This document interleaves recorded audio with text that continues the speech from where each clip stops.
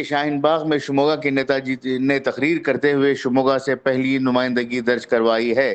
जिला कांग्रेस के general secretary और अल हिंद वेलफेयर सोसाइटी के सदर नेताजी मोहम्मद इकबाल ने दिल्ली के शाहीन बाग का दौरा किया और वहां शाहीन बाग के एहतजाजियों की हिम्मत अफजाई की। उन्होंने इस मौके पर खिताब करते हुए कहा कि दिल्ली के शाहीन बाग में जो इनकलाब की आग भड़काई है वो काबिल सताइश है। हिंदुस्तान में तब्दीली की लहर पैदा हुई है और ये तब्दीली जमहूरियत के लिए बेहद ज़रूरी है। एनआरसी, सीएए और एनपीआर कोरोना से बदतर बीमारी है।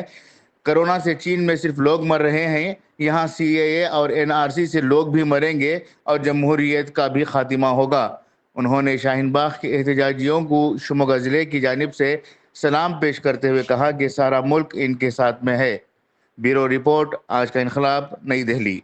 मैं कर्नाटक बेंगलोर से 300 किलोमीटर शिवमोगा जिला में रहता हूँ। वहाँ हमारी आबादी वो जिला में कम से कम 4 लाख मुस्लिम है।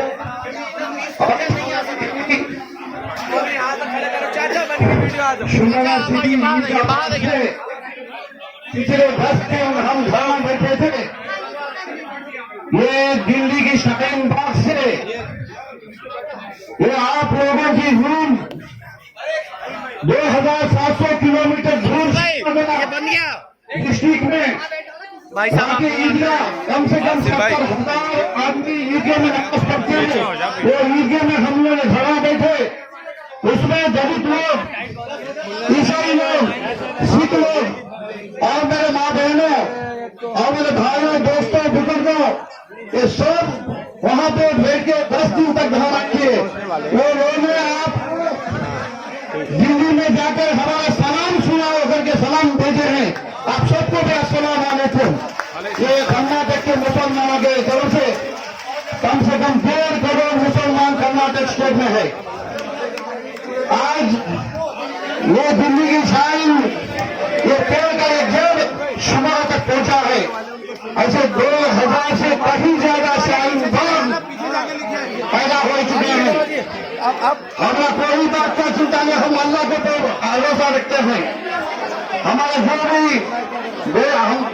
मैं जो कन्नड़ा भाषा जानता हूँ, लेकिन मैं उर्दू में बात कर रहा हूँ। आपको समझ में आए जैसा बात कर रहा हूँ, आप समझ लीजिए।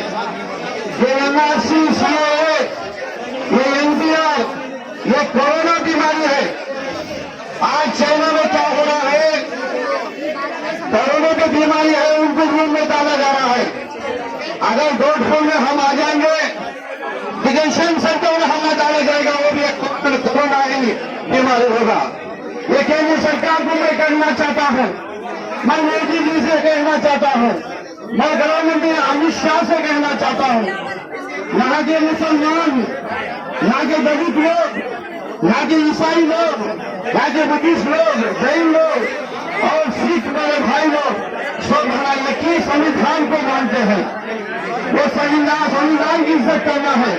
ये मुसलमान का लड़ाई नहीं है, ये भारत देश का संविधान का, हिंदुस्तान का यह सबका हक बनता है। मैं हमें ये कहना चाहता हूँ, पिछले कई दिनों से हमारे कर्नाटक की पुलिस सेना हमारी साथ दे रही है। हमें आज जो ना सरकार के पास बैठ के हम लोग फोन कर रहे हैं। अगर सरकार नहीं मानेगी, अगर सड़क से हट गए, मामला बिगड़ जाएगा। ये किसी एक मजहब का, एक मुसलमानों का एक लड़ाई नहीं है।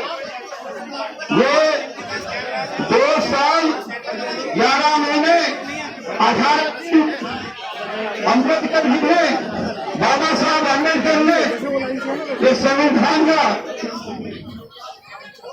किताब बनाया। ये किताब 469 वर्ष से बना है। इसमें संविधान में देखो, हम एक मुसलमान हो, मैं इस्लाम में हूँ, मैं कुरान को मानता हूँ।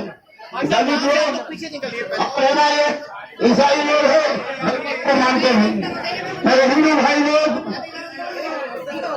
भगवद गीता को मानते हैं, रामायण भी मानते हैं, ऐसा ही सिख लोग गुरु नानक साहेब धर्म को मानते हैं। सब मजहब में उन लोगों का धर्म की मानते हैं, लेकिन हम जब संविधान का मसला आएगा तो संविधान का मसला आएगा, हम सब साथ में होकर लड़ना है। ये सब हिंदुस्तान का धर्म बनता है। इतना बात कहते हुए मैं बहुत आगे बात कर रहा हूं, बहुत आगे बात कर रहा हूं, मैं बहुत आगे आप लोगों के बना सकते हैं, ये बहुत आगे और पीछे ज्यादा करेंगे फिर पीछे जगह नहीं मिलेगी, लोग अंदर घुसेंगे। इंशाल्लाह आपके साथ हम सब है। कर्नाटक के 2 करोड़ मुसलमान और 2 करोड़ दलित लोग और 4 करोड़ ऐसे है छोटे धर्म के लोग, सब आपका साथ देंगे। आज शाहीन भाई को आएंगे, शाहीन भाई की कमेटी में हम कमेटी हमको बुलाएगी, जो बात करने के लिए मैं permission they. Thank you very much.